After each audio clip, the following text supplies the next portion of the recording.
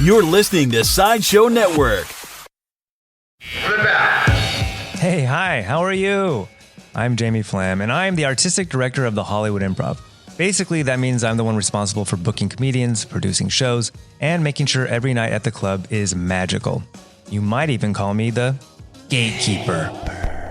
Okay, so not really, but maybe, I don't know. Outside of my job at the Improv, I also perform and write comedy, which means I sit in front of many gatekeepers myself. It's an interesting dynamic, but it's helped me learn a lot as well. Now I host a podcast about it. Each week, I talk with bookers, producers, decision makers, performers, and more. Hey, this is Cole Stratton. This is Janet Varney. This is Troy Conrad. This is Todd Glass, and you're listening to Gatekeeper. It's an inside look at the art of saying yes and no. Also, there are sound effects.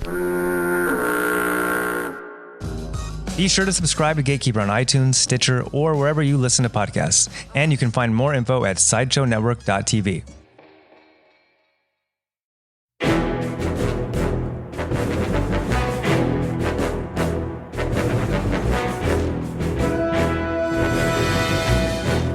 Hello, and welcome to another episode of Worst Collection Ever here on the Sideshow Network.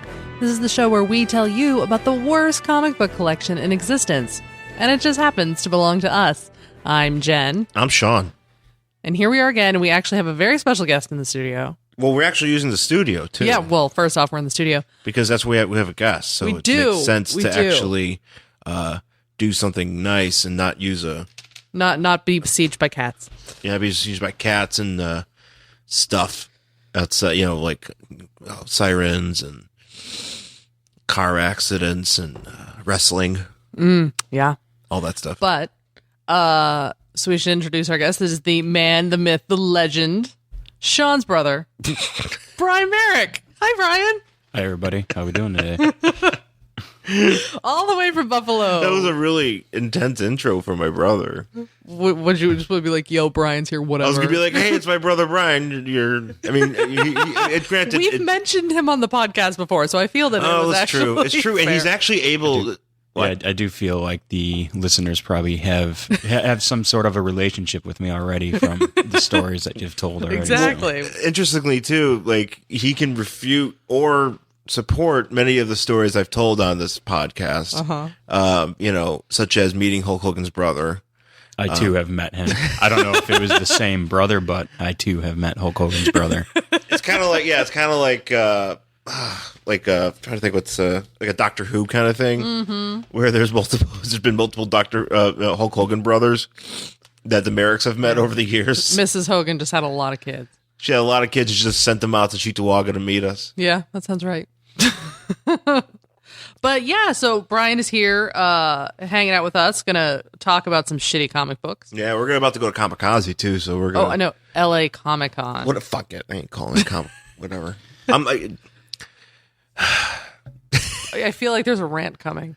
No, I'm just disappointed that I have to call it something different because Stan Lee's like, yeah, hey, he's like, hey, true believers, I'm gonna die soon, but I don't want to have something named after, yeah. Change is hard. Yeah, it's just named after something from World War II. You probably realize what people are calling it. Kamikaze, I mean, I'm sure somebody probably mentioned it to him when it happened, and he's kind of like, yeah, whatever, let's roll with it and see what happens. And then enough people probably complained about it where they decided to change it. Well, yeah, at least Comic-Con's making progress as opposed to, the Washington Redskins. True. This is true. Yeah. So, Brian, how's your visit to LA been so far? It's been pretty good. I mean... We aren't driving you too crazy. No, I mean, I'm getting to experience a lot. It's always fun to come out West Coast and just kind of relax and get a whole different vibe. Sometimes in Buffalo and everything else, everybody can be a little too uptight sometimes. I think maybe it's because we're dealing with all this weird weather, as everybody likes to point out. But even then, the weather really isn't that bad out there. So we mean weird weather, like because it's it's still warm. Because it just bounces up and down so much, so people don't know what to do. Whereas out here, like, it's a pretty consistent thing, so people can kind of like actually like This is true. relax and not have to worry about if they need a coat in the morning or whatever. No, it's true. It's That's true. very I had true. that. I had that issue in Boston a lot, trying to figure out like whether or not you need a coat. You know, like what kind of Yeah, coat. if it was ever going to be fucking warm again. I that's think what there was that remember. one year when you and I were first dating that we were just like, when is it going to be warm? Yeah, ever it was again? May, and I was still wearing like the full on like hat glove combo. I was freezing my ass off, and I was like, "This is it. This is the ice age. It's over. But We're all gonna what are you die." looking at? No, I was trying not to cough. Oh, I thought you saw something that I need to report. Yes, there's Yeah. ghosts up in the studio. You know, technically there is. What, people have died up here? Well, no, but many of Psychic have come through here to report that there are ghosts in this in the improv. A lot of the big stars. Oh, of course, the big ones, not the little ones. Yeah, Not people who just hung out here all the time and never made it. Coming back to the open improv. micers. You Yeah. know, not Jimmy Kaboom Smith, whoever that is. This man. He's not allowed to come in. He's sitting outside on the street. He's like, somebody let me in. He's haunting the street. There's a ghost bouncer. He's haunting Paul Smith down the street. But apparently like the Robin Williams and I'm certain. Andy Kaufman. Not with his family. no. Haunting here. Well, it is Halloween weekend, so That's true. So who knows? Yeah, we did. Spooky. Yeah, we did talk about ghosts last week. I think it's appropriate to talk about ghosts this week. So Yeah. but we will. But since it's past Halloween, we're not going to talk about Halloween very much because when this releases, it'll be November 1st, and it'll be quite lame to talk about that. Mm-hmm. You should talk about going to is it the day after church or the day after Halloween? You have to go to church. Yeah, it's All Saints Day. or All something. Saints Day. Mm-hmm. Yeah. Okay. Yeah, I'm not going to church. All right, so what are we talking about? Okay, so we're gonna start with. So actually, just as a heads up, so Brian came to town, and I was like, it was like, well, what are we gonna read? And I was like, I don't know. So we just happened to go to Heidi Ho Comics, in Santa Monica, earlier this week, and I was like, hey, you're 50-cent bins. You pick 2 comics out that you think we should read. You pick out some comics, and we'll do them. We'll pick from those. And so he picked the 2 comics we're doing today. So if you don't like this episode, Oh, okay. you can blame him, 100%. This is Let's be honest. I think we probably would have picked these. As yeah. well. I mean, we usually skew more towards it's a little bit older, Well, that one, I don't know. not older. I mean, but young. I mean, not more recent for us. Which That one. this is the one we're about to read. But We've done some more recent ones. yeah. we're hitting both ends of the 90s. Yeah, see? So- Well, I think that's more your era too. Anyway, But it's also yeah, it's this a is like- hateable decade. because I was already out. See, I was like, this is 98, and I was already like, hey, I'm a man. I'm going to college. Let's do college radio and like wrestling. I mean, at that point, because this comic's from 98, at that point, I was also like in the midst of like, high school underage drinking, doing my thing and everything else. So Yeah, you're being cool. I wasn't exactly like reading comics either. I mean, I still was, but it was slowly phasing out in my life. So Yeah. So, well, this one is, in fact, it is Heroes for Hire, number 13 from July 1988. 98. 98, yeah. So, and on the cover, this is, so apparently, yeah, they brought back Heroes for Hire because Luke Cage came, and Iron Man got back, or Iron Fist got back together. And, it's actually kind of convenient because apparently I think in this time they would just have like these gatefolds on the inside of Marvel books because we have Brian bought another one that was similar to this, and it's actually really convenient because it kind of tells you it's like, hey, here's some stuff that you should know, and like you don't. I was supposed to read that? Well, you can. You don't have to. I totally skipped over that. good. Too. I read it, and I was slightly more informed going into it. Oh, well, I don't like information. Continue. So, Heroes for Hire, number 13 from July 1998, besieged by the body of an android. That's a lot of words on the cover, and we got this can I just say this cover, it hurts me to look at. because it's fucking. There's a lot going on this cover. There's way too much going on that I don't think goes on in this issue, anyways, because that's kind of how comic book covers are. But it's got Ant-Man, who apparently is a part of this team, being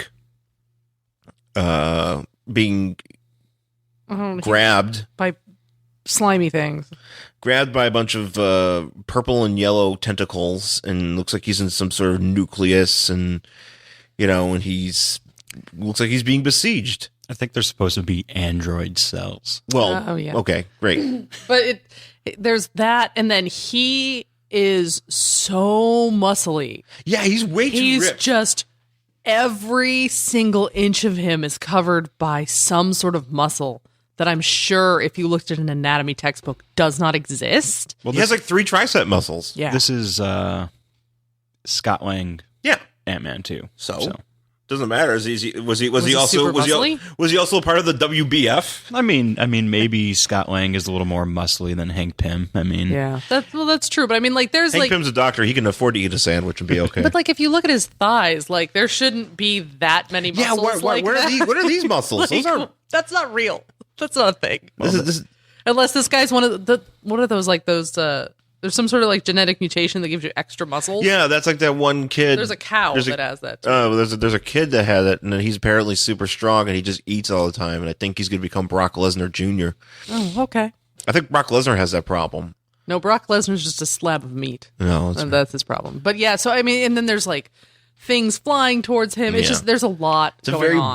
very busy, loud cover. Yeah, it's very loud. So, anyways, previously in this, well, fuck it, I ain't gonna talk about it. Yeah, nobody cares about free. Who cares? Who cares about that? Well, if we want to tell you about what happened previously, we would have read that book. No, we don't do that here. We did. We don't do. We don't do research. This was written by John Ostrander, which apparently I feel like this is slumming it for him because he's kind of used to writing like very like heady stuff for like like DC. Like he did the Hawk World, he did Spectre, and here he is writing fucking muscle Ant-Man. Sure. But anyways, Fallout is the name of the book and name of the story, and it looks like we got a bunch of missiles or pods. Like pods. Yeah, pods screaming into the. They're coming into Earth, and there's like these little narration boxes about like, oh, should it be this hot for us to enter the atmosphere? You're like, yes. Who's doing this? I don't know. There's just narration boxes. I'm not sure if it's maybe they're communicating with each other through them or something. maybe, or like it's some sort of like omniscient narrator, which is weird because comic books don't have it, and I don't know. It's so they crash, and they're like, there's no parachutes. Oh no! And so they crash. But everybody seems okay. And there's also a very actually I think Jim Ross is doing it because it says, "Oh my God, they're all dead." I think Jim Ross is narrating this. Is that what it is? Is Jim Ross just like watching this as it's coming down? Oh my God, there's no parachute. He's broken in half. Oh Jesus. Yeah, Jim yeah. Ross, So they crash. So they crash, and then we get all the people from the Heroes of Fire. There's like 30 of them. There's like Luke Cage. Okay, so we get Hercules, who apparently is a part of this group. I think this is like right when the Avengers were kind of This is having problems. it's around Heroes Reborn. Yeah. So like there's a bunch of stuff that's been but the Marvel universe has been kind of thrown into disarray because Onslaught and destroyed all these heroes, and all the Avengers and the X-Men and all these people like went away. But I think like the rest of the universe, Marvel universe 616 stayed the same, and then eventually everybody came back. Yeah. Because reasons. Sure. Comic books. Yeah. So, but we got Hercules. We got Black Knight for some reason. He's in there, and apparently, I didn't know he was a scientist. Well, we find that out later. I didn't realize. I just thought he was always. I think everybody is a scientist. I'd say when in doubt, if a superhero is something, just make him a scientist. Yeah, they have to be. They have to be a scientist. Yeah. And then we got Athena. Sure. She's an Eternal. We got a White Tiger version of White Tiger, the Lady White Tiger, but not like the new White Tiger. Yeah, I don't like this White Tiger. I think it's a useless character. Oh no, Yeah. she's completely useless. She's just there just to go, Iron Fist. Yeah. And then She-Hulk's there for some reason, holding the body of Jim Hammond, aka the Human Torch android, and Scott Lang, and then one more pod with Luke Cage and Iron Fist, and apparently, so if you read this thing, Nope. like I did, so apparently there was some stuff that went up in space. They're basically, it was like they were fighting some guy. Okay, so they're fighting this guy called the Master, and at one point there's something to do with the scrolls. Apparently the scroll people don't know who's who from these scrolls. So the Master was, so he was going to sterilize the Earth's population with some like space aids. I don't know if it really matters with that, but no, it does because it does because the Master gave Luke Cage a bunch of aids. Well, no, it was like he was going to kill him, so Iron Fist gave him his chi. So he gave Luke Cage a bunch of disease, and Iron Fist he healed him, and now that fucked up Iron Fist, which is really the only thing for this book that we need to know. Right. So anyway, so now and Luke Cage, by the way, he starts crying, and it just looks like somebody poured white paint on his face.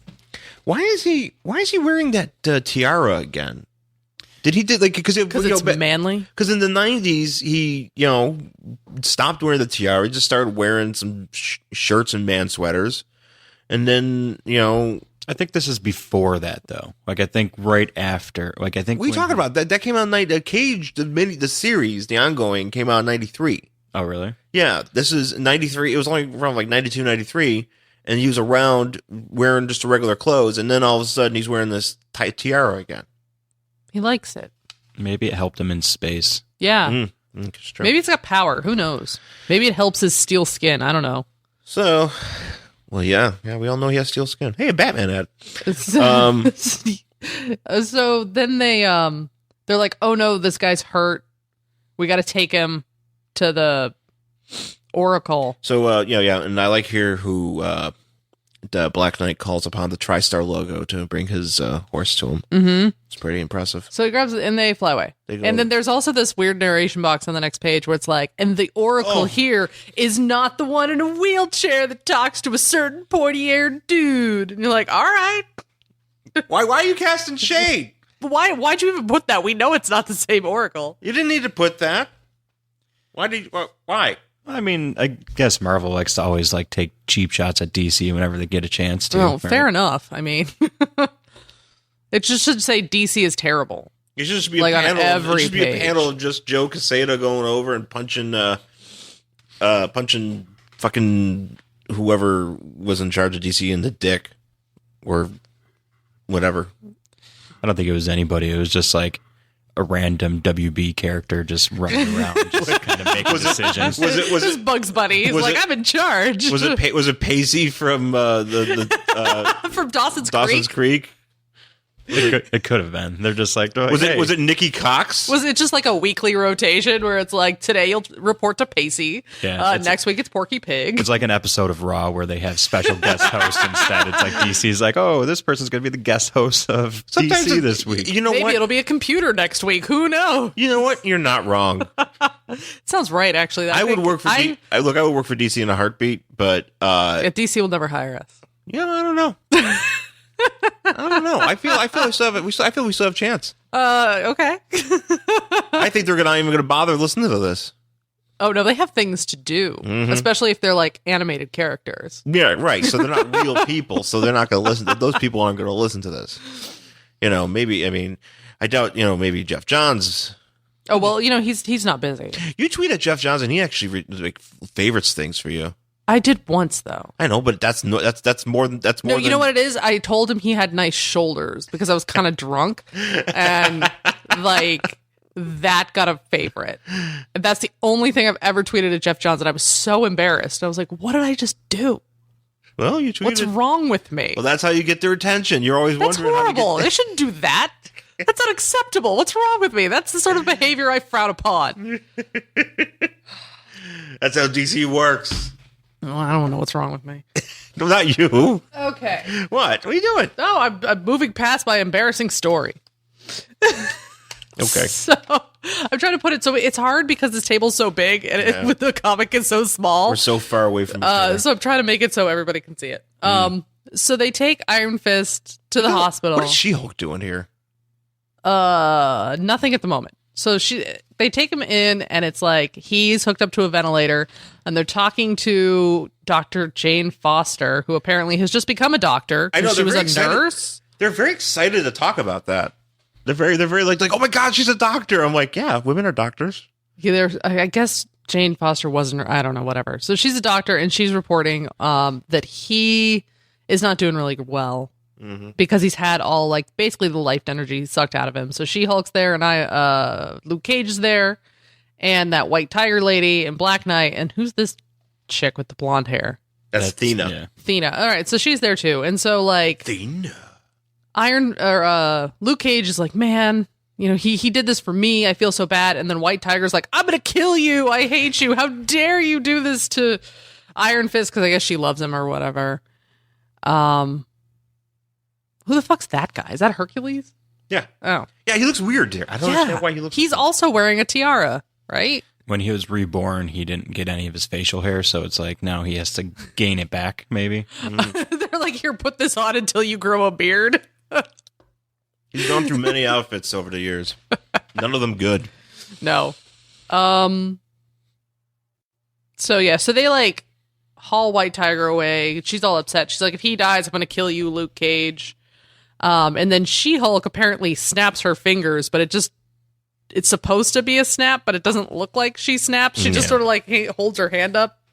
Like, I don't know. She's got a problem. Like she should have some Mentos in her hand. She right absolutely should have now. It's Mentos. like, I know what we can do. Let's eat these Mentos. Yeah, and then we get some dramatic bullshit with Misty Knight and Oh yeah, Misty comes in and she's all upset. And Misty and who else? Who's this other girl? Who? Which one? Is it? Colleen. It's the Daughters of the Dragon, the Colleen Wing and Misty Knight. So they're all here, and they're really upset. Yeah, they're really upset because she loves Iron Fist too. Everybody loves Iron Fist, man. Apparently, dude's got some lady issues because he's got 2 chicks. Yeah, we also figure out though. Apparently, so apparently, Human Torch or Jim Hammond was he's like the head. He's like the head of this Oracle Corporation that funds the Heroes for Hire, and he needs to make some sort of decision because he was put there by Namor. Yeah.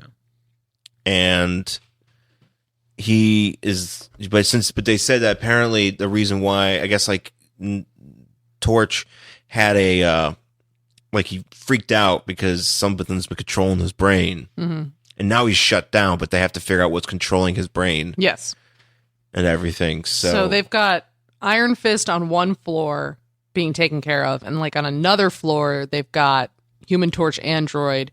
Where this is where Black Knight is like, I'm a scientist, doctor / guy who knows things. Literally did not even know he was a scientist until yesterday. They're like, put me in a white coat. That means I'm smart. So he should him. be still wearing his helmet. Yeah, he really should, but he's not. So it's him, and we've got Ant-Man. And they're like, Ant-Man, you gotta get small and go inside his brain and like Well, do who's shit. the other person? There's another person there. Well, it's Thena and Hercules. Okay. They're just standing there being... See, this is what I'm talking about, but too far away. I can't see. No, it's okay. I'm trying to move it along. No, I know it's not that. I'm trying to make it so all of us can see, because I know Brian can't see it either. Oh, I'm fine. We need a big screen. I know we need like a much bigger comic book or something. So they're like, all right, well, you have to get small and like go in there and figure out what's been controlling his brain. So that's what he's going to do. Hold on. What does he say here? Oh yeah, there's something about how like the Skrulls are like taking over people. Yeah. He says like, oh, Captain America said that 1 in 3 humans may have been taken over by the Skrulls, and so Ant-Man's like, oh man, are you a Skrull? And he's like, no. And he's like, oh, Athena, are you a Skrull? He's like, no. And he's like, oh man, it must be 3 other guys. And Hercules gets all pissy and like stomps off with his weird iron legs. So he has weird iron legs. Yeah, he's got iron pants. This guy, Iron pants. not a good look. So How do you wear iron pants? that's a great question. We should have some I'm knights. assuming if you're Hercules and you're super strong constantly, that you can wear a pant. Like wearing iron pants is like wearing like stiff jeans that you just keep working in. Yeah, his leg muscles just like bend the iron. He's like, that's how fucking strong I am, guys. So they're like, all right, time for you to get small and go up his nose. He goes in his ear. No, he goes up his nose because he says, oh, no boogers here. Oh. See? Oh yeah, It's yeah. really his good. ear. No, because because Hammond has a beard, so that must be his. yes. That's his I thought it mustache. was his ear too at first, and I was like, yeah, it doesn't like he's looking for ear boogers. Okay. It'd be funnier if he was looking for ear boogers. Ew, He was ear like, boogers. I know he's an android, but man, that got fucked up, didn't it? So he wanders off into his nose. And so then we are back with Iron Fist. So we're back with Iron Fist, and they're like, look, we need to, like, do some sort of, like, seance. We need to do Magic. and Doctor Strange ain't around. So He's in his movie. apparently this woman who was this administrator that works at this hospital was like, I know, I got a guy. No, that was She-Hulk. She-Hulk gave her his phone number. Because that was She-Hulk's idea. That's when she was holding her Mentos. Oh, that's right. And she was Yeah. like, pops a Mento, and it's like, she just goes and finds Dr. Voodoo. Or, I'm sorry. Brother Voodoo. Brother Voodoo. Doctor. You might as well be a doctor. So He's also a doctor. do all superheroes he's- just have like every other superhero programmed into their phones or something at this point? I'm Like, it's assuming like, it must be. You know, it's like That- oh, that's- It's like it's like a download at this point. You know how you get your downloads to like upgrade your OS, and it's whenever somebody new joins, you just get a download to add a new contact. Yeah. You're like, sweet, Yeah. No, so she had and you can't put anything else on your phone because it's full of fucking superheroes. she had brother Voodoo's phone, and she's like, hey, administrator lady. Apparently, they know each other. Apparently they've been hanging. He kicks at the hospital, Yeah, they're friends. and he's like, "Hey, thanks for my tea." I mean, honestly, the panel where Brother Voodoo shows up is cool as shit. Yeah, That's a fucking great drawing. yeah. It's like there's all this, you know, bum bum bum bum in the background, and you got this cloud, and he just looks sweet as shit. Who's You're playing the like- drums? I'm assuming it just follows him around. Oh, okay. He brings his own music. All right. It's Do kind of you like think he's got like a boom box under his cape, and he just pushes play? it's really inconvenient when he's fighting somebody or He's doing like, something. hold on, I gotta change these I got double this D batteries. I got this giant boombox flapping in my back. Yeah.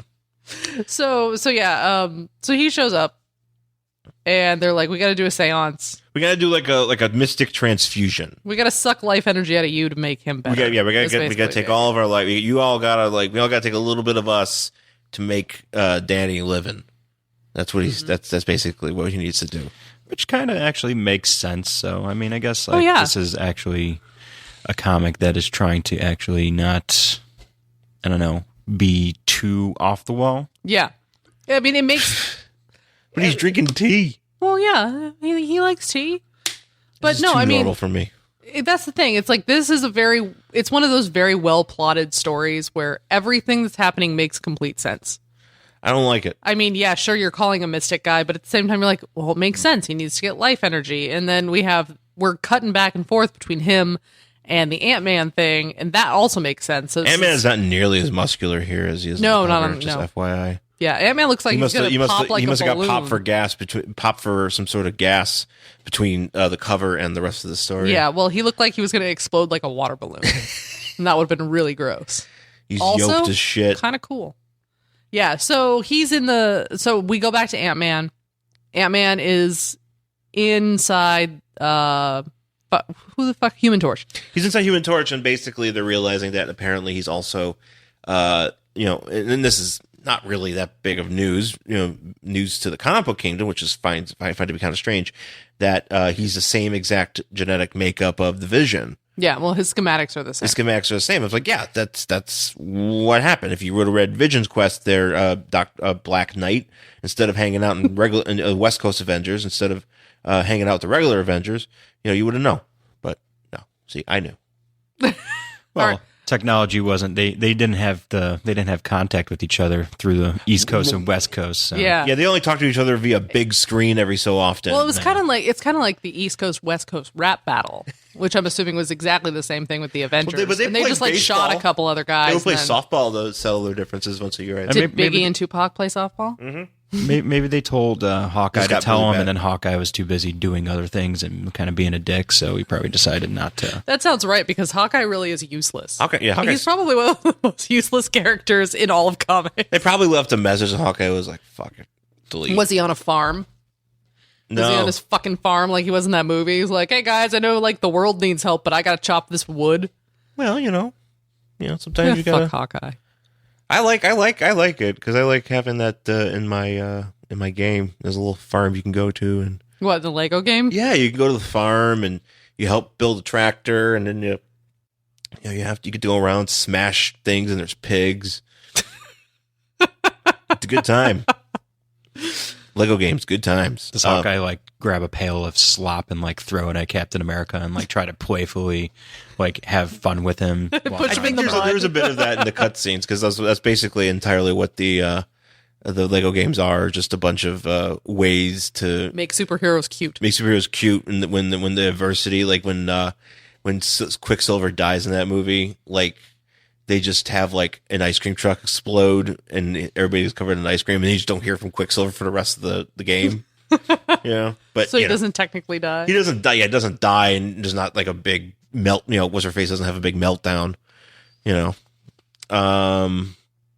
Anyway, so he goes in there. He's in the body, and there's defenses and stuff like that kind of interacting because he's an android, and things Right. are getting crazy, and he's Ant-Man, tries to like fight them off, but in doing that, he kind of like makes the Human Torch like have seizures, so he can't do that. So he like just has to escape. yeah. So now we're back to Not a lot is going on in this book. There's can I just say? it's a seance So going on. there's a seance, and of course, like White Tiger is like, I will do anything for Iron Fist. I will be here too, and like the Misty's just like glaring at him, like, stay away from my man, bitch. And then that's it. That's all that happens there. Maybe he could have had a cat fight, and he would have woke up. Like, well, cat she fight. is a cat, Yeah, literally a cat fight. literally a cat fight. So then we're back with Ant-Man. We're back with Ant-Man. He gets to like the I think the whatever. Apparently, there's an is the- emerald controlling this guy. Okay, no. It's a giant fucking emerald circle green It's an thing. Infinity Stone. Is that what it is? No, because he couldn't destroy it. No, it's just it's like the mirror from Sleeping Beauty. Mm-hmm. He's gonna talk to it for a while. So he's like, oh, there it is. Oh, I'm being attacked by a fire cell. Oh, wait, it's the thing that gives him firepower. So now I'm a fire Ant-Man. Yeah. Man, I'm so cool. I do like though that when he gets flamed on, It looks kind of cool. well, because it's basically anybody would look at that because that's how they represent the plasma that covers the body. Mm-hmm. When like Johnny Storm is covered in flame, and so it kind He of is back to being muscly in that panel too. He is. he's also yeah. back to being so he must have got on some roids and did a few pumps. What, just like wandering up to the guy's brain? He's like, "Oh, thank God! Here's this store of juice." There was like, a gym. Like there was a gym. There's like a gym with like a weird guy standing by a locker. There was a guy who can hook you up. There was a guy in a sleeveless trench coat selling them things. Sleeveless trench coat. Oh yeah, well that's how I imagine. Well, I'm assuming that's a I told you about that. How I had a friend. who wore a sleeveless trench coat. No, Oh. I had a friend that tell me about another guy who's like apparently making he makes his steroids in his basement. Oh, that sounds safe. Yeah, and I was like, I just imagined that the only way that was being done that the guy was wearing a sleeveless trench coat while doing it. Yeah. Because it was a guy that worked out at this gym, and I was like, I just imagine being like, I'm doing science, Was it Black Knight? Yeah, Because he was like, I just put this sleeveless doctor coat on, and now I can make my own steroids. Should the doctor coat have been sleeveless? It would be funny if he was just sitting there like trying to turn on or help Human Torch, and he just a thought bubble was like, should my coat be sleeveless? Because I am a handsome superhero. The answer is always yes. Sleeveless supercoats. Brian, what do you think? Well, I mean, especially in the 90s, I think everything was kind of sleeveless. So This is true. I you know what? I subsisted on sleeveless shirts from 98 to 2000. that's what I mean. I mean, it's like I have a drawer that is literally just shirts that I no longer wear normally that I've just taken the sleeves off because that's what you do as a man that grew up in the 90s, where it's like you have to have at least like 4 sleeveless shirts in your I still have. Brian, do you realize I still have that die-cast I already hate you shirt? Yeah, you tweet or you Instagram tag me on Instagram like a year or two ago. Yeah, I can't wear it because I'm too fat, but I still have it, and one day I'll wear it again. And it doesn't have sleeves. I wish I would have saved some of the shirts that I've gotten rid of, just because I can be like, look, I can pass these on to my child at some point, and look, you can wear this tattered shirt. Thanks, Dad, for this piece of cotton that's like barely holding itself together. Well, maybe I'll do that with some of my other shirts that I have. Like I could, I'll be sleeveless shirt man. You can make a blanket or something out of Oh yeah. them. See, Jen suggested that. Yes. And I don't know how that would have. I was like, Sean, hold on to your superhero shirts instead of giving them away, because we can make a blanket out of them. And he didn't understand that I was talking about like you also like put another thing underneath it, so it's not just shirts. Yeah, like sewn together. the part that's touching your body would be a different piece of cloth. Like, Yeah. you have to like stuff it with Yeah. stuff. Yeah, I didn't realize that. Yeah, he was like, I don't understand how it works. And I tried to explain it. And you still don't understand. Hey, look, a town in Poland, Krakow. Kabam. It says Krakow. It does. Is that where he got the juice? Yeah, it's where the gym, it's where the Android gym is that he was working out in. Well, you know. So apparently he comes back out through the nose as a fiery booger after he blows up the Sleeping Beauty mirror. Yeah. The emerald. Yeah, and then apparently that works. Yeah. Question sure. mark. Yeah, and it works. It also, and then we cut back to Iron Fist. That works for him, and everybody's happy, except like he hugs Misty, and White Tiger's like, oh, I'm so sad. And like, so she leaves.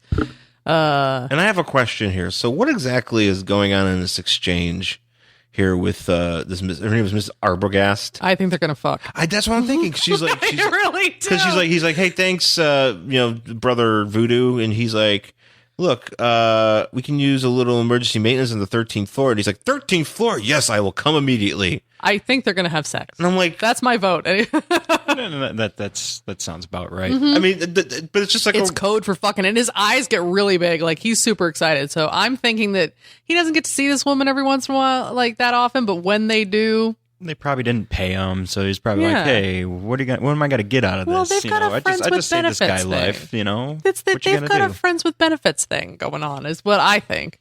the brother Voodoo telltale game.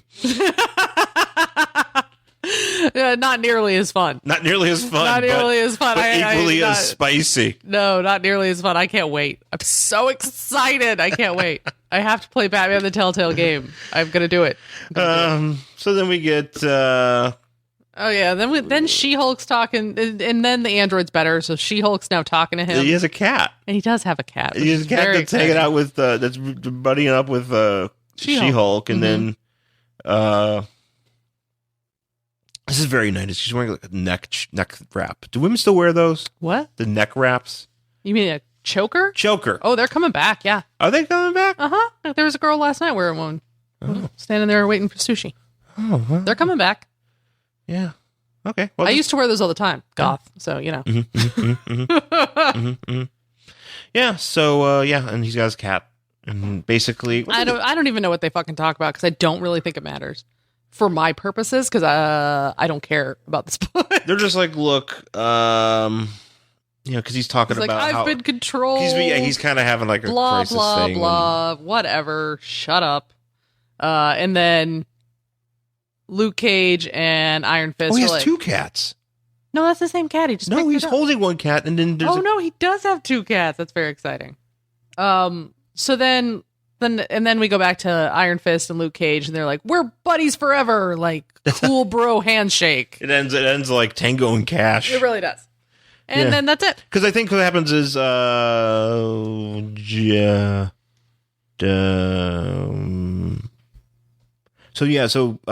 Iron Fist, because Iron Fist at this time, as helpfully pointed out in the bulletin, he's going to get his own miniseries. So he has to go off and do stuff. John Byrne or I think John Byrne's writing it, or whoever's doing it.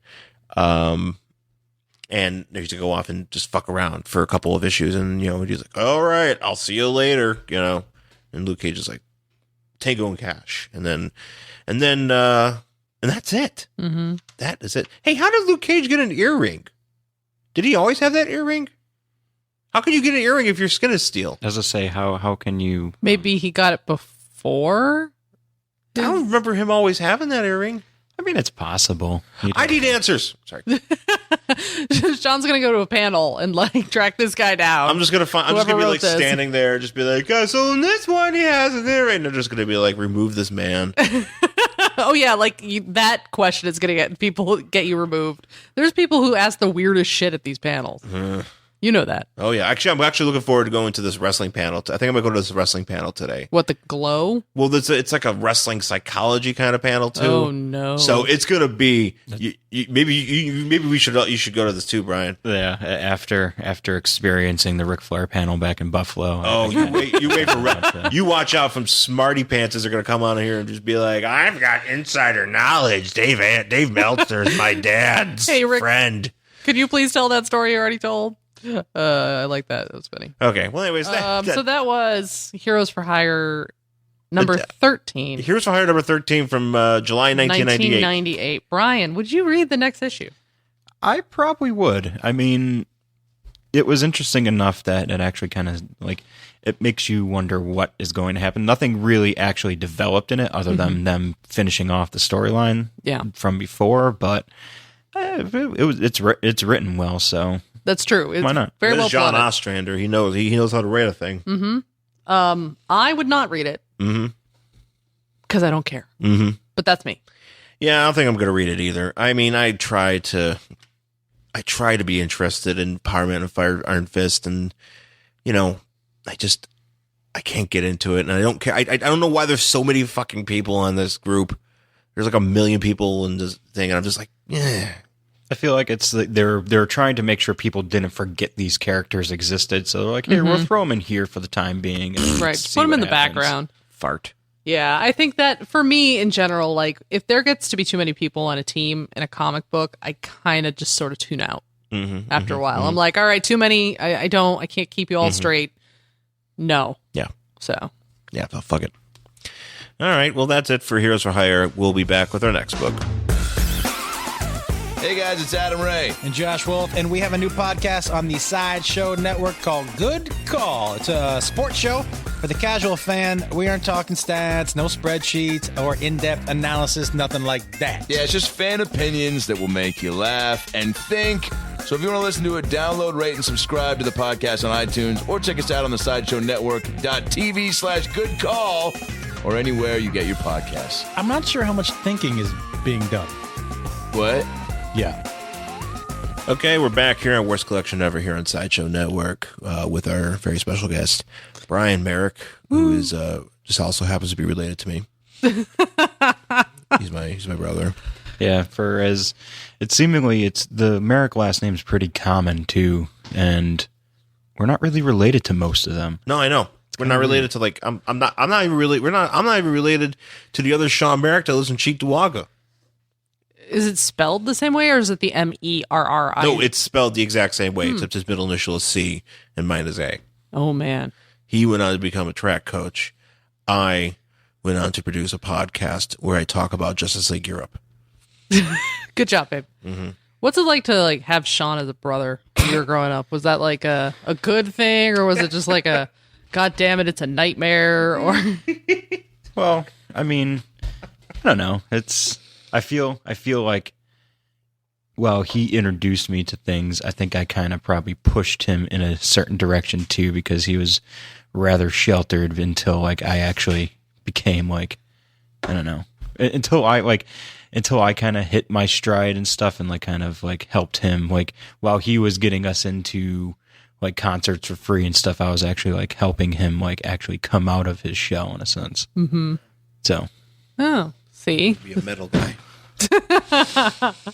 I was thinking I should have been like Brian and Sean, who have been brothers for most of their lives. I remember that being in what was it? I'm blanking on it. The Every Time I Die's press release for Last Night in Town.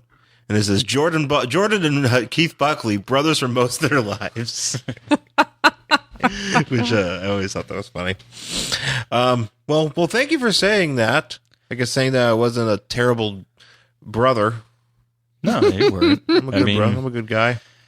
Yeah, no, like it was fun growing up because luckily we were into the same thing, so Yeah. it's like Yeah, we we had kind of just like it's like, hey, I bought this, cool, I bought this, and like we could just like share everything. Plus, I mean, that was kind of how we were almost forced into that, as we were talking the other day about it. How it's like, oh, hey, you got to buy this. Well, you got to buy one for your brother too, and you got to get this, and like so it was cool having two brothers that we'd have our collections of toys and comics and everything would grow rather quickly because of the fact that it's like we had to get it all. We all had GI. We had our own specific GI Joes, but then we all had GI Joes. Right. You know, and then I think we were actually we weren't as possessive as most brother families are. You know, siblings could be. So so we're pretty well adjusted. Yeah. Well, I think it's good too because you guys are the same age apart as me and my sister. Yeah. Which is 3 years. I think that's a good age difference because my sister and I were a lot the same way. We were into the same stuff. We shared the same shit. Yeah. I think it's good to have them 3 years apart. Yeah. I think. Yeah. Good job, parents of ours. Good job, mom and dad. I guess. I don't know how proud they'd be. I'm on a podcast where I swear a lot. So, you know. Luckily, my parents don't know what podcasting is. No, yeah, they'll never figure this out. It doesn't matter how many times I try My to mom explain what won't your either. job is. She'll maybe at some point somebody will show her, but I think she's okay with not knowing. No, my parents can't figure out how to download I it. still don't think she knows that the podcast app exists on her phone. Yeah. Like she Well, probably most people don't. Most people she don't. looks at it and probably just like goes right over it and doesn't think it's a real thing. Yeah. She's like, I don't She probably use thinks that. she's not supposed to touch it. Yeah. That's probably what happens. She probably looks at a lot of her apps on her phone and goes, "What if I think I'm gonna break it if I touch it?" Like she thinks it's something bad that Apple put on her phone to purpose. Which I'm saying, unfortunately, a lot of people that don't quite have figured out podcasts don't realize that it's that easy. You know, they just move it to if they can, they'll move it off or they'll move it away. They probably delete it. Like They take it to whatever store they got it from and be like, "Can you take this off of here?" I think it's breaking my phone. Yeah. Yeah. Anyways, but this podcast will not break your phone. It might break your spirit, Oh, yeah. No, it'll totally break your spirit. but it won't break your And phone. you'll have no faith in humanity left. But we will not break your phone. So let's get into our DC book. Justice League Europe.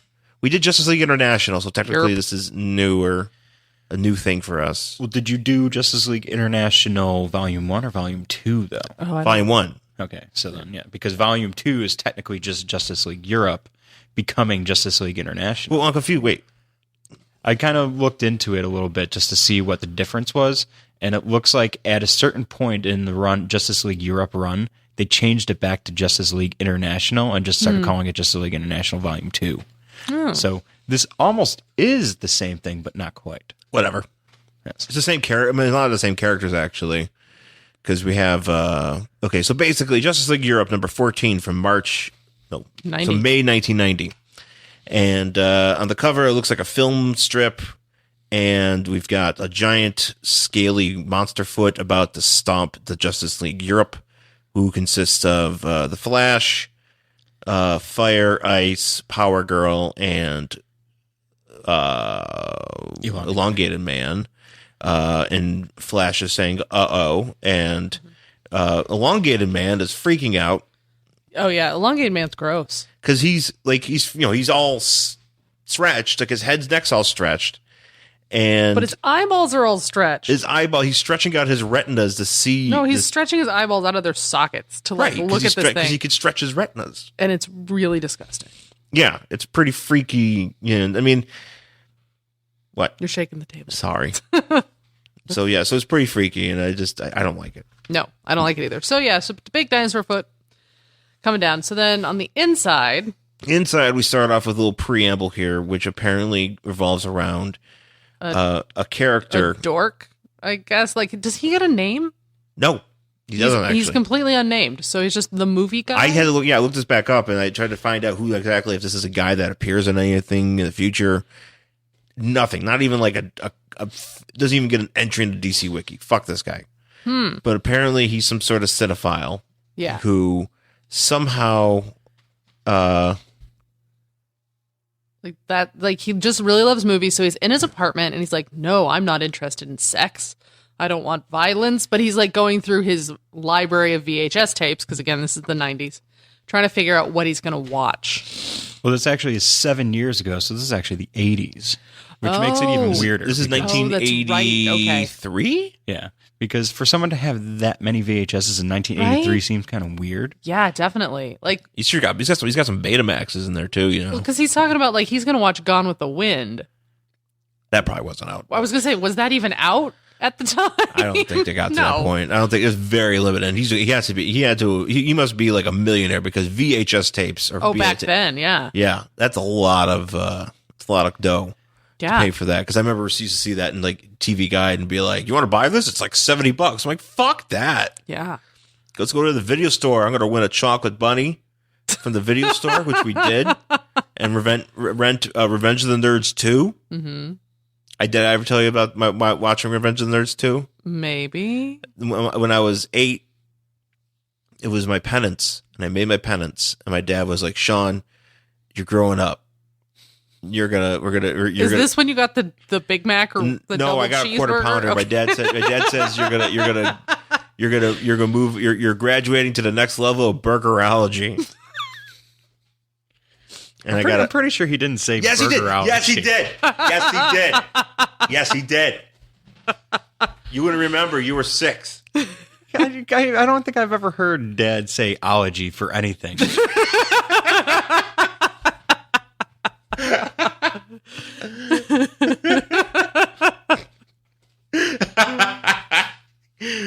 We did this one time. In reference to burgers. I guess he had to make it count. He used it the one time in 1988 to said, "Sean, you're gonna move up burgerology, and you can get us a quarter pounder, and we're renting Revenge of the Nerds 2, Nerds in Paradise," to which we watched on VHS that evening in celebration of me receiving, being able to tell my sins to a priest. You mean confession? Or no, that's penance. Yeah.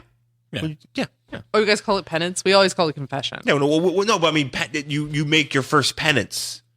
It's a thing. You go penance, then communion. It's like the sacrament. Yeah, no, I know. It's just that where the church I was in, it was literally called confession. It wasn't called penance.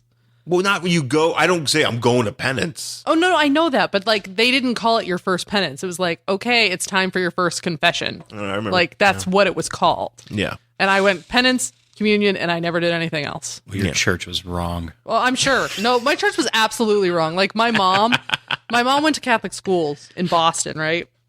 And we go out, we're in Denver, we go to this Catholic church that's near our house, and like my mom meets the nun and she's wearing like a red leather mini skirt. She didn't have to wear the robes, and it was like we had a cool priest, and like it was like this weird. My mom hated it, which is probably why we never went past communion. And then she was like, "We're out," and I never went to church again. That sounds like your mom. Yep. All right. Well, anyways, he's watching Revenge of the Nerds, or he's not watching Revenge of the Nerds. He's watching. He's gonna put Gone in the Wind. I do like Gone how with the this Wind. guy's like talking about. It's like, yeah, I need to start watching more movies. that's It's right. like I should stop taking showers. Yeah. It's not like I really see anybody anyhow. Yeah, he's like, "Oh, my personal grooming takes up too much of my time. If I don't shower, I'll get an entire like week's worth of time back for something." Yeah, it's good. And I Good, mean, and this guy's personal grooming depicted in here is not very good to begin with. No, So it's not like it's not. is he picking his nose here? I don't know what he's doing. He's just pushing his glasses. So like he puts the tape in the VCR and it like zaps him, and somehow his spirit gets transferred into the TV into one of the characters while his body like lays on the carpet, and he can like come out of the TV, and now he's Rhett Butler. Right. And he's like, "Oh, is this me? I don't know." So that's the beginning. And then And it's called the title of this book is "You Ought to Be in Pictures." So then that happens, and then he goes out and does like, it flashes back to present day. fresh Yeah. present day. He's living in Brooklyn. He's being a hipster, So from and there's a lot of possibilities, a lot of jokes we can make here, but in the interest of time, it looks like he's Woody Allen. He's Woody Allen. Yeah, and he wants to be a celebrity impersonator, I guess, and people are telling him no because of lawsuits, which I don't think that's a thing. I think he's just bad at it. Well, if he's not showering, he's a stinky celebrity impersonator. First of all, he reeks ass. Second of all, he's terrible. Think about me. But I don't know if he actually smells because his body stays. Oh, that's right. So like he takes over, like it's a new body. But right. His mind takes over the bathing habits of this new person. So as Woody Allen, Does Woody Allen smell? Well, I've never had the opportunity to meet Woody Allen. I would think that Woody Allen doesn't have a great smell. He probably doesn't smell bad. Probably smells like old books. Yeah. Yeah. He's probably a little musty. Yeah, that's probably right. Mothballs, maybe. If you have met Woody Allen before, tweet us and let us know. Tweet us and let us know how he smells. Does he smell like young children? Does he have an elderly musk? I'm certain. Because I know sometimes, living in Cheektowaga. Oh, old people. Yeah, you go to old people. I mean, I've been to a number of old people places.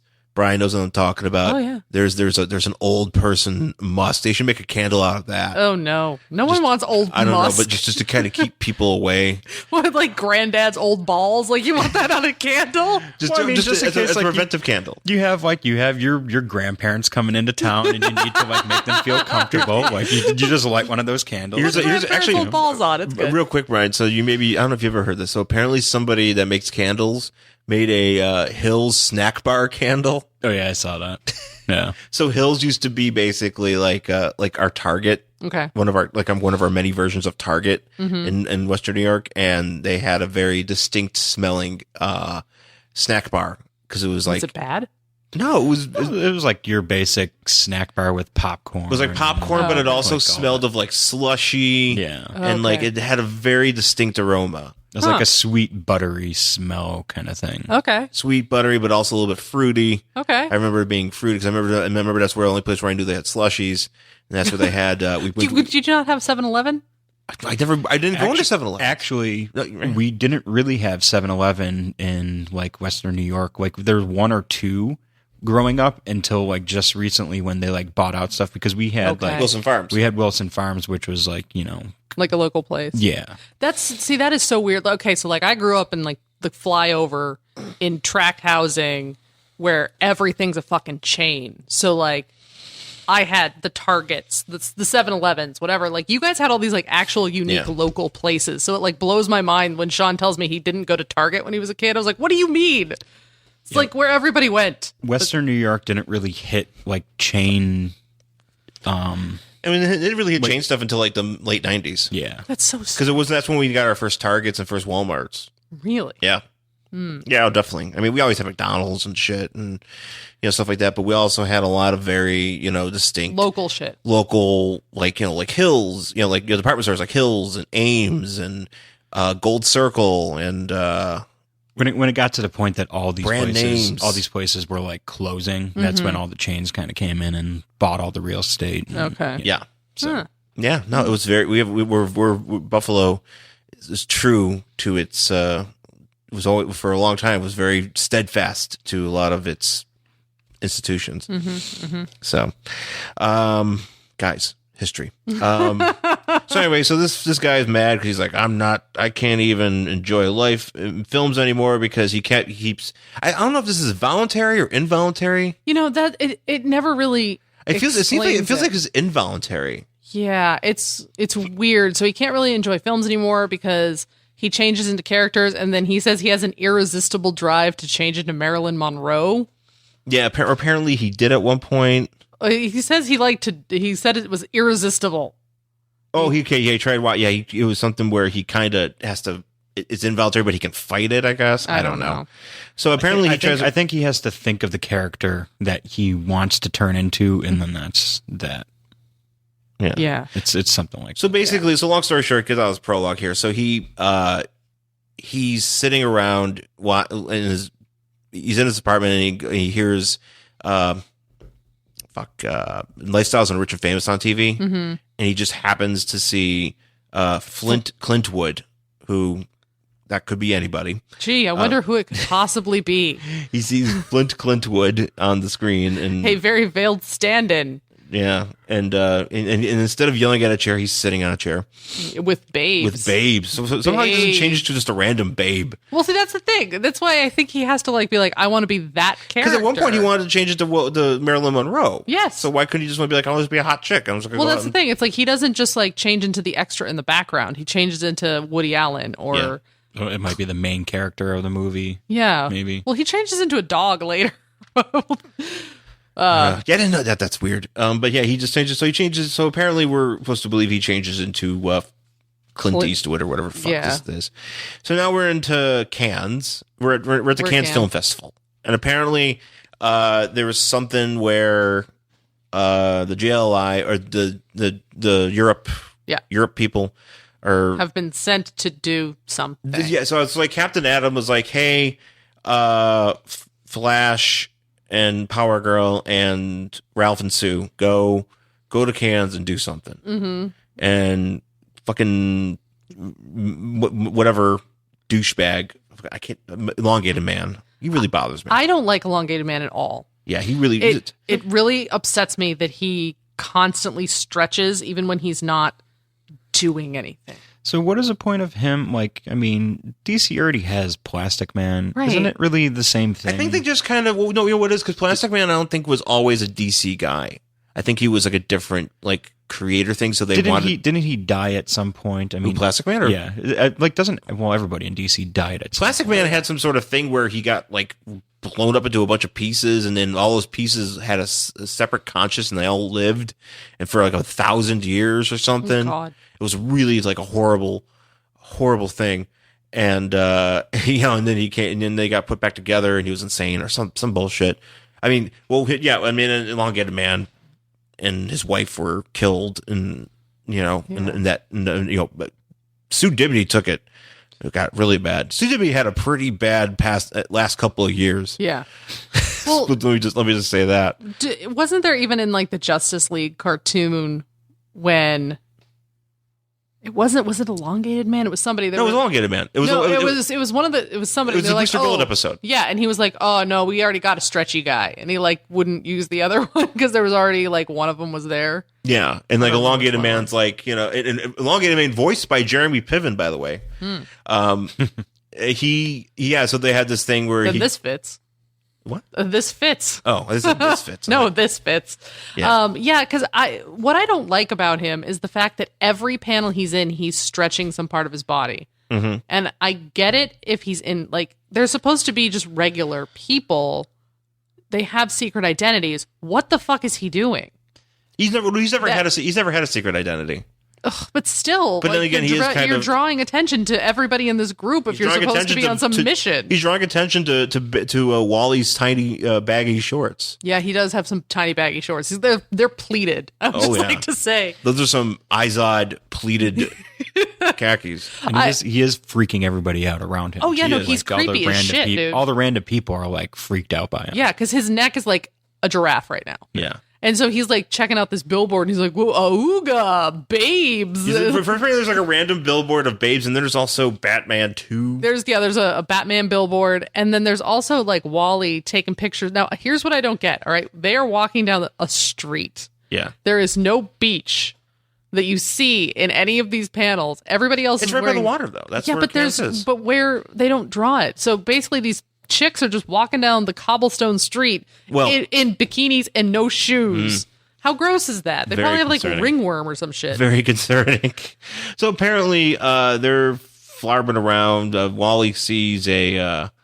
Oh yeah, he wants to go see a movie. He wants to go see a movie, and apparently they're showing at Cannes. They're also showing Bulimic Vampire Ninjas 3: The Final Purge, which is pretty. I'd funny. watch that movie. I'm not gonna say. I'm not gonna lie. I'm gonna watch it. We saw vampire strippers or zombie strippers. Zombie strippers. We've seen a lot. We own I'd Death watch Spa on DVD on Oh, Blu-ray. dude, Death Spa's a great fucking. We've talked about terrible Death movie. Spa many a time here, and yeah. So apparently, he's checking out, and then he sees. So Elongated Man sees Fire and Ice. Fire and Ice, because apparently they didn't know that they were invited to Cannes to do something, but they're there, and he sticks his head. He surprises them, sticks their head. He sticks it. He's like fucking silly putty. It's really gross. And he like sticks his head in between them from like 4 feet away. And of course, they get scared because it's just like some fucking head just floating beside you. So of course, like ice punches him or fire punches him, and his head snaps backwards. What is that? Like 10 feet and like hits the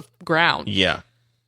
And everybody starts laughing, and they're like, "Oh my god, I'm sorry." I'd be like, "You fucking deserve that." He also has a major concussion, and they're doing the whole laugh about the Guy Gardner one punch thing, which I'm like, don't do it here.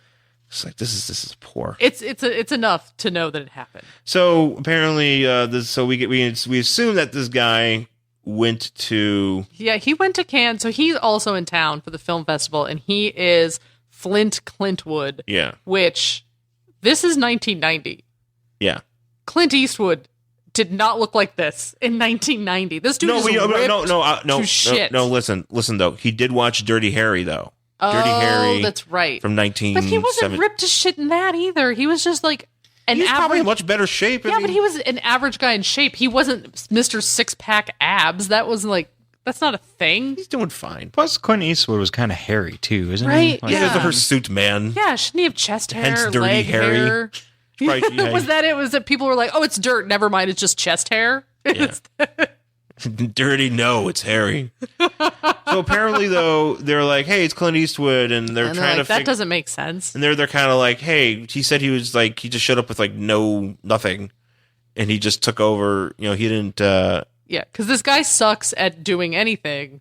Yeah. So he is doing a bad job at pretending to be Clint Eastwood. Yeah, he's not a good swindler. So the stereotypical Frenchman with a tiny little mustache calls the police.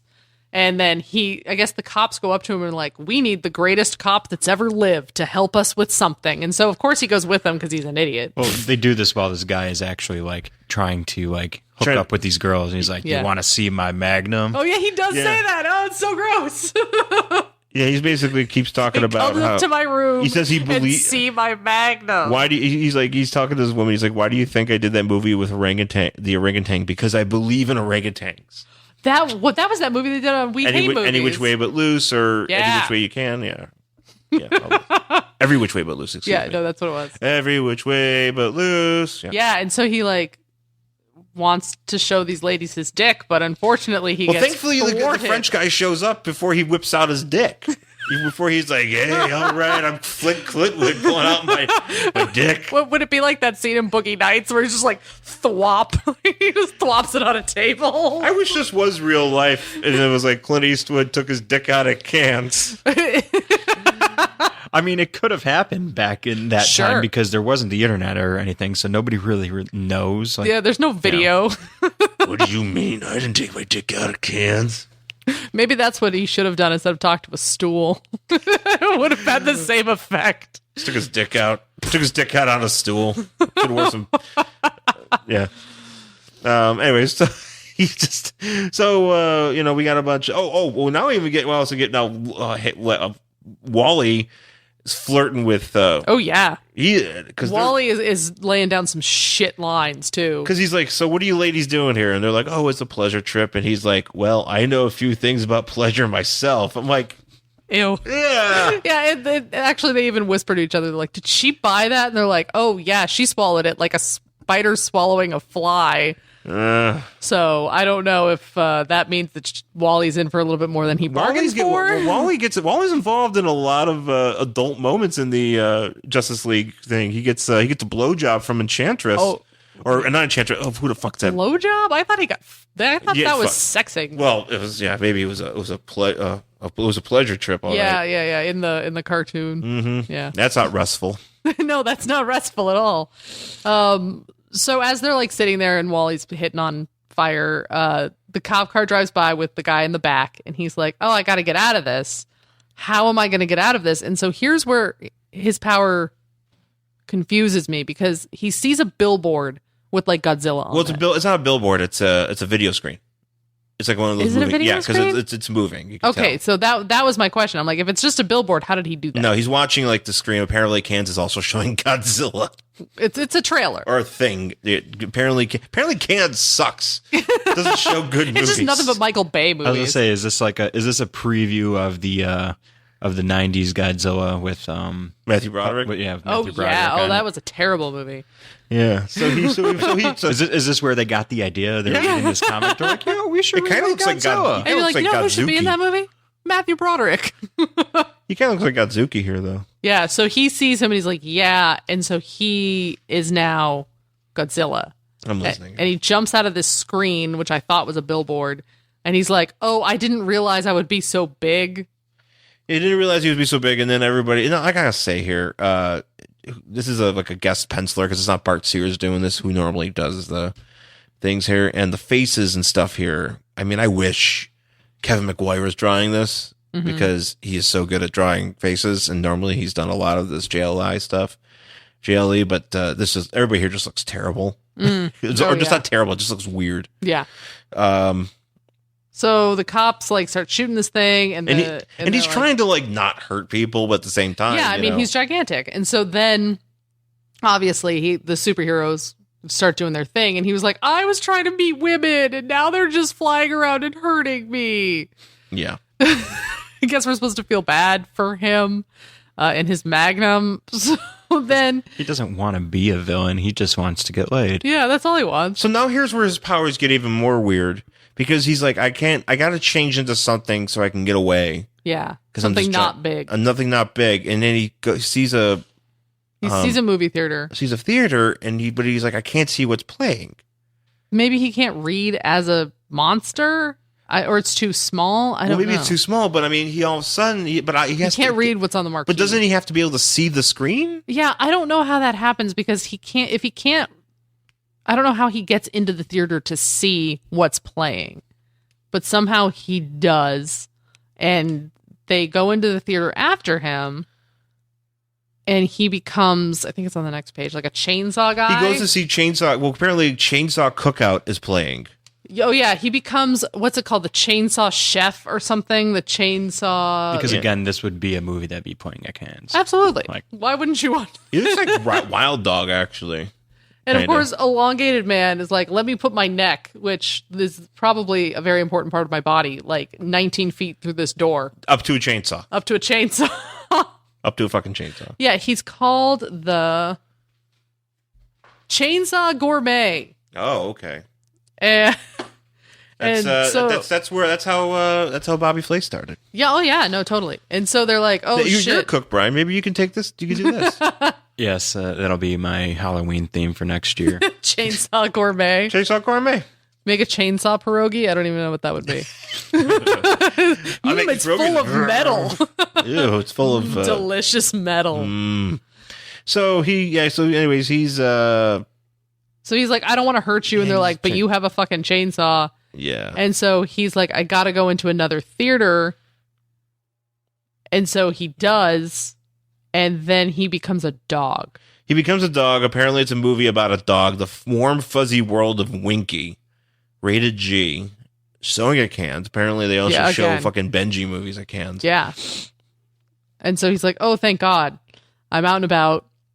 I hope no kid or dog catcher sees me. Yeah, I hope I don't become loved. And so that's it. He just walks away, and then we're at the airport with the team because they're going home. Apparently, that was their mission. Yeah, sure. Well, apparently they have a mission, and then apparently they have to leave, or they got called back because Captain Adam is like, you guys, because he's Captain Adam's in charge of their stuff, and Captain Adam's just like, you guys fucked up, get home, and then there's some sort of. But I don't understand how they fucked up. Because there's a big chaos thing. But they didn't do it. It just showed up. Well, I don't know. They should be lucky that they were there to stop things from happening. Right. He's like, well, fuck it. Just go home. And so they're like, okay. So they leave. There's some bullshit about like Fire and Ice being in trouble with John, but not really. None of that. It doesn't matter. Not really. And like, I think Wally calls her a broad. Yeah. Oh, no. He doesn't call her a broad. Who's he call a broad? This chick. Ice? No. A Power Girl. Power Girl, because he's like, hell, what does he say? Hell, I'm on the wrong team. And he goes, for once we agree. And he goes, great, wit. The first thing I look for in a broad. keep your mouth shut, bitches, basically, is what he's down, Wally. saying. I don't like it when girls think, unless they're thinking about my Magnum. So they get on the plane. I know a few things about pleasure. Shut up. Well, you call yourself the fastest man alive. I don't know. Maybe his libido is just going way too fast. He just needs to. Well, it's just like when he's like, I'm the fastest man alive. You're like, is that something I want? Like, really? So there's a bunch of So they tension and well, no, they like get on the plane, and Wally's still upset because he's like, I don't understand where that monster guy went. yeah. And I don't understand what happened, whatever. And he's like, well, don't worry about it. Just eat. And like elongated man like makes his nose do weird shit. Because that's his thing. Because that's his gimmick. Is that he's like, hey, a mystery wiggle, wiggle, wiggle, my ugly nose. Yeah, and Wally's like, gross, dude. I just ate airplane food and I don't want to throw it up. And they're like, oh, hey, maybe there'll be an in-flight movie. And then, of course, sitting there is that guy in his actual body. Mm-hmm. And he goes, God, I hope not. And that's it. See, now, how did he get his actual body? Because he went back. Because he probably got back up to his hotel. But how did a dog get up to a hotel room? It took an elevator. Yeah, but how did he open the door? Somebody opened the front. We're like, hey, dog. Sure, you can go into this hotel room where there's this a dead body. Yeah. Sleeping body. Like, how does that work? They're like, hey, he's like, Bark. He's like, oh, your dead body's upstairs. Let's go. Yeah, It's not like there's a key for him to. right. He doesn't have thumbs either. Well, he did it. Eh. And then, We're in Russia. And then we're in Russia. We're at one of the Justice League International places in Russia, and apparently the toilet's clogged. And then, Yeah, it's a big fat lady. and then That's the the lady joke. that runs, I forgot her name is, but she runs. Big fat lady. She opens the door, and apparently Blue Jay. This is Blue Jay. Okay, I thought it was just some sort of like horribly malformed being. I didn't know that. I thought so too, but then I did my research. Oh, And I found out this is Blue Jay, who apparently is just a useless superhero who is a part of the Justice League International occasionally, and he can turn really small and fly. so he's like Wasp, Yeah, but he doesn't do anything that Wasp can do. He just kind of flies. And and he's, very he's useless. like laying on her porch like a cat just fucking dropped him off. Yeah. And he's like, help me. That's it. Yeah, it's pretty disturbing. Yeah, actually, that's what I thought it was like. I thought it was that guy. Yeah. I was like, did he see a movie where he had to become that? Like, what did he just watch? But no, and then that's it. They never catch that guy. Apparently, he never comes back. Yeah. So there's just some guy wandering around the DC universe who can impersonate any celebrity. Yeah, he never comes. I don't think he ever comes back in there. I think it's time that he has a guest spot on Flash. This actually would be a Flash episode. Oh, absolutely. Yeah. And he has a thing where he just keeps turning into TV things. That'd be amazing. Yeah, and then you could use TV people. You can use. I mean, Kevin Smith will do it in a heartbeat. Oh yeah, Kevin Yeah. Smith will just This could be the crossover event for next year. I like it. that's a good idea. I do want to say I do enjoy their title of their letters page. It is just your opinion. That's good. That's fucking brilliant. God damn it, I love it. Good So good job, Justice League Europe. So that's Justice League Europe number 14 from May 1990. Would you read the next issue of this? Probably. Yeah, Yeah, I like these things. They're stupid. I didn't particularly like this one, but I might read it. Yeah, I probably would. I probably would. I can't say why. Yeah. But I'd probably be like, let's Yeah. see what happens in the next one, and then I'll determine if this is actually worth my time or not. Yeah. As long as there's not, if there's too much elongated man, I think of the next issue, I probably Yeah, would. he's all 'Cause over these I things. really don't like him. Yeah, he's all over this He shit. creeps me You out. just have to deal with it. He's gross. Yeah. Sorry, elongated man, you're gross. They even refer to him at one point. They're like, "You have a latex head." I'm like, "What the fuck do you mean? He has no skin? What's ew?" He drinks that soda and it makes him weird. He gets Why didn't he get cancer? Like What? Like Captain Marvel got cancer, so shouldn't he get some weird elongated soda cancer? If it's fucking with your cells to the point where you could stretch your neck out 10 feet. I don't know. Elongated soda cancer, is that a thing we can all have? Well, the good news is it's DC, so they'll find a way to get rid of them whenever they need to and bring them back as they need. That's true. Yeah, they do that pretty good. They just kill everybody except Batman. He's the only one who can't. He's the only one that can live forever. Oh, he dies and comes back. It's fine. Yeah, he's always that. Yeah. Well, that's it for this week's show. I want to thank Brian Marek, Yeah, my thanks, brother, Brian. No problem. for most of my life to come join us today. And Except for that 2 years in the 80s. yeah, I know it was a rough 84 to 85. We weren't sure, and then I was like, okay, good. We're brothers again. We're brothers again. Where can people please promote stuff that you have? You have a very wonderful business that you run. Yeah. Well, I do make some homemade pierogi back in Buffalo. If you want to check me out on Facebook or Twitter, it's just Pockets of Pride on both. So, And they're really good. take a look and What kind of see stuff? What kind of stuff do you make? No, I do all the traditional kinds that you would have. Well, tell people what a pierogi is. A pierogi is basically a Polish version of a ravioli, for the lack of a better term. It's a stuffed pocket of dough.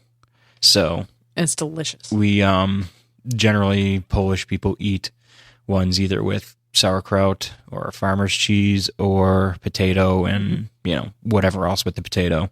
So I make all those. I also try to mix it up a little bit. I do a beef on weck style. I do a buffalo wing style. I do whatever I can, like whatever just kind of pops up in my head. I recently actually just made a funfetti one that I stuffed with a berry cream cheese filling, and it came out pretty decent, and people seem to enjoy it. So if you want to know more about it, go and check me out.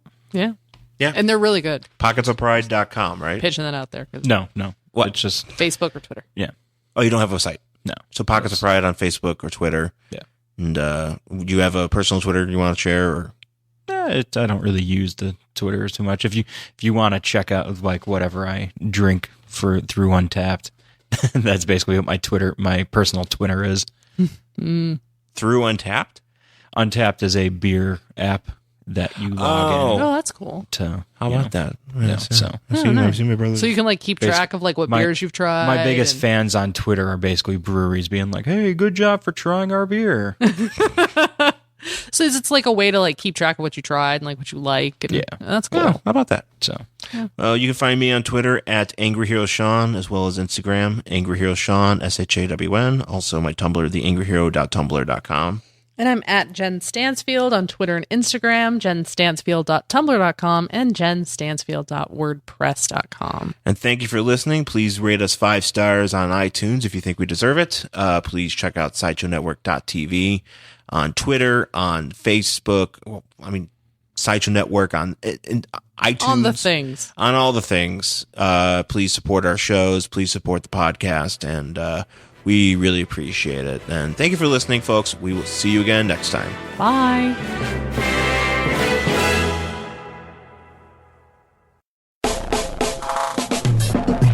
Hi, I'm Andrew Steven, and you probably don't know me. But I host a show about comedy, the internet, and television. It uses NBC's new streaming comedy channel CISO as a jumping-off point to tell stories like Looking for Bill Murray. The path eventually led to Bill's youngest brother, Joel. Someone knew Joel. That's me. I've always been a boxer's guy, and Billy. My brother Ed, who's the oldest. My brother Brian. Prank calling Steve Martin. But the best thing that we would ever do is we had a 2-line phone system in our house. So we would dial one number, we would dial Steve Martin, then we dial Martin Short, and then we'd conference call and take ourselves out of it, and they would both be like, "Oh, what's up, Steve? What's up, Martin?" Plus, the UCB's Matt Besser sings. Cannabis oils, butter, wax, and shatter. Kulop Vlasak talks about how she created bajillion-dollar properties. It was going to be 2 female real estate brokers, and we were going to call it 2 broker girls. And Dan Harmon teaches me how to write a story.